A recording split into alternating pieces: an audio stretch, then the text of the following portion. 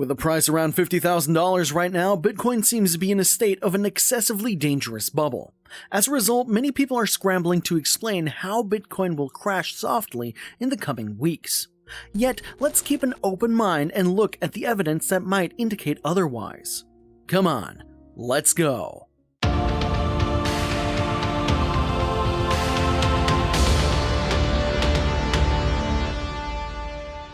To begin with, fundamentally, to justify such an extraordinary increase, we would need an extraordinary reason. On this side, there is no shortage of arguments. In fact, the greatest promise of the Bitcoin protocol is that it will become another layer of the internet. Bitcoin would allow the birth of an internet value. This is a far cry from monetary considerations as we understand them. Usually, a currency is attached to a government as an attribute of its power. The currency allows the government to have the means of its ambitions through taxation. Take it a step further, control of money allows a government to be certain of capturing the value created in a country to the point of having the ability to reduce its population to poverty, if necessary. Basically, if money is always attached to a state, it is primarily because of a power relationship.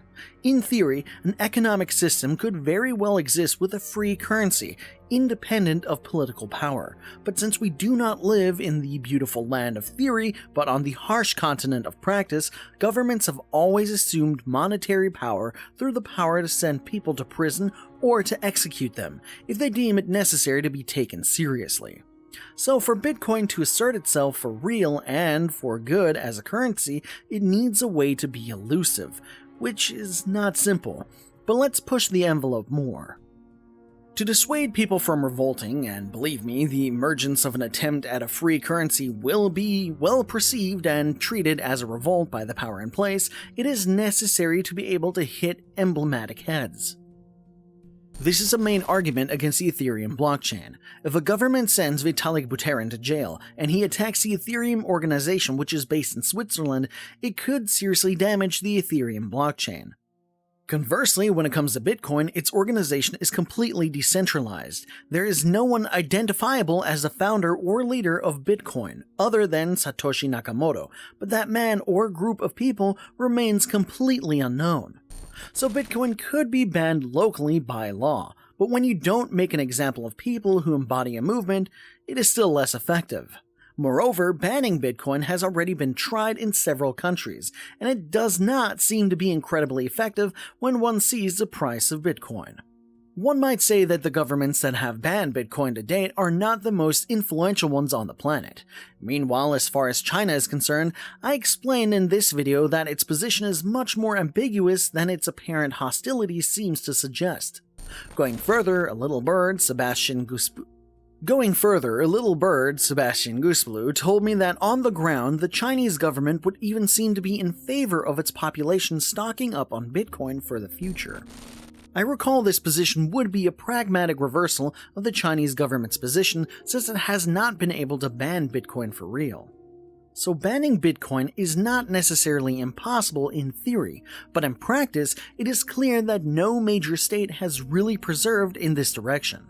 In the end, as far as the monetary side of Bitcoin is concerned, it is perhaps not impossible that it is sufficiently difficult to identify that it cannot be banned. One of the fundamental factors in this difficulty is the internet. It is one thing to ban something in a closed territory. It is quite another to ban the use of Bitcoin when everyone has the internet. In short, if you want to ban Bitcoin effectively, the US, Europe, and China would have to get together and act.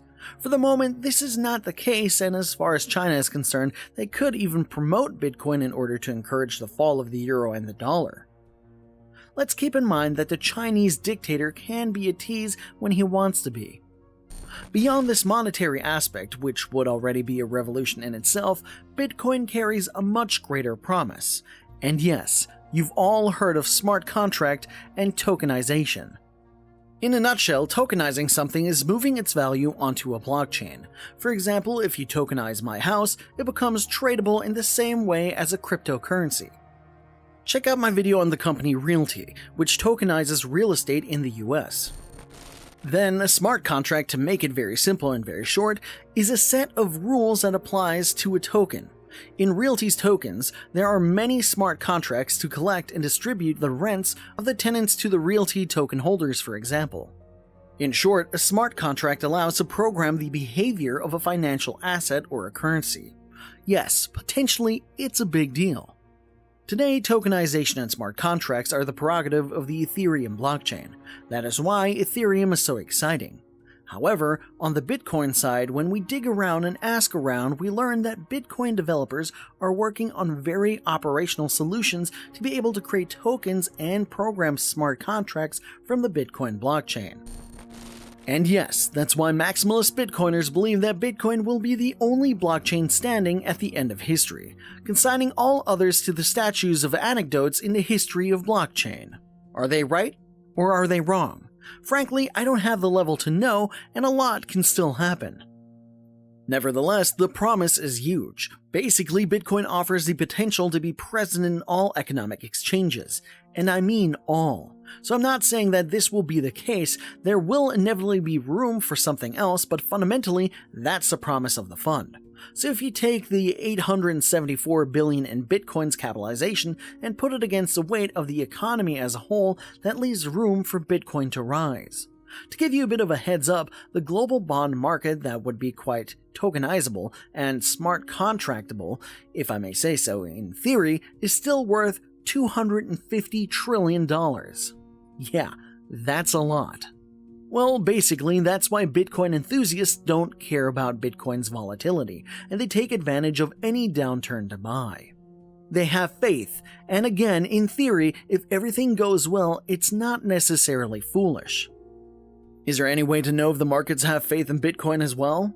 Looking at my tools on Naystor, I realize that Bitcoin's progression is not nearly as extravagant as it's said to be, from a long-term charting perspective.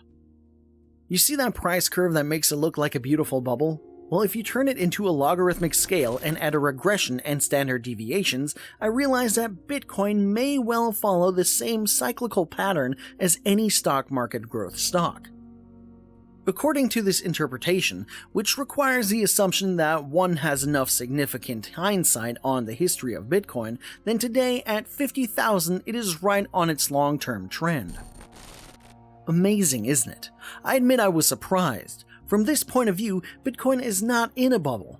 It is just experiencing price fluctuations that are proportionally to its meteoric growth.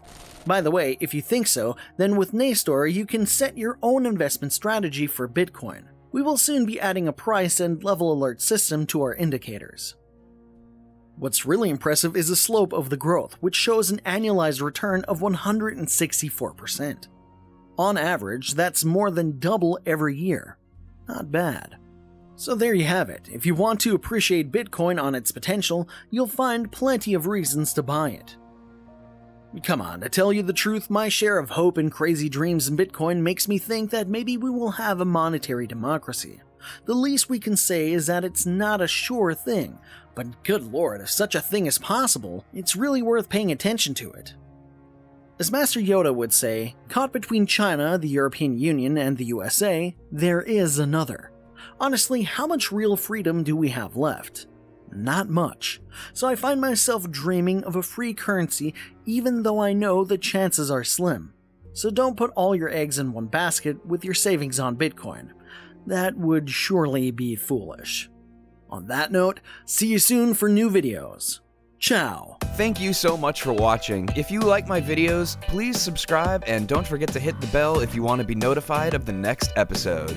And if you want to invest in the stock market over the long term or diversify your financial portfolio, I'm offering you an analysis of the 8 European star stocks to have. Thanks again for watching and have a great day.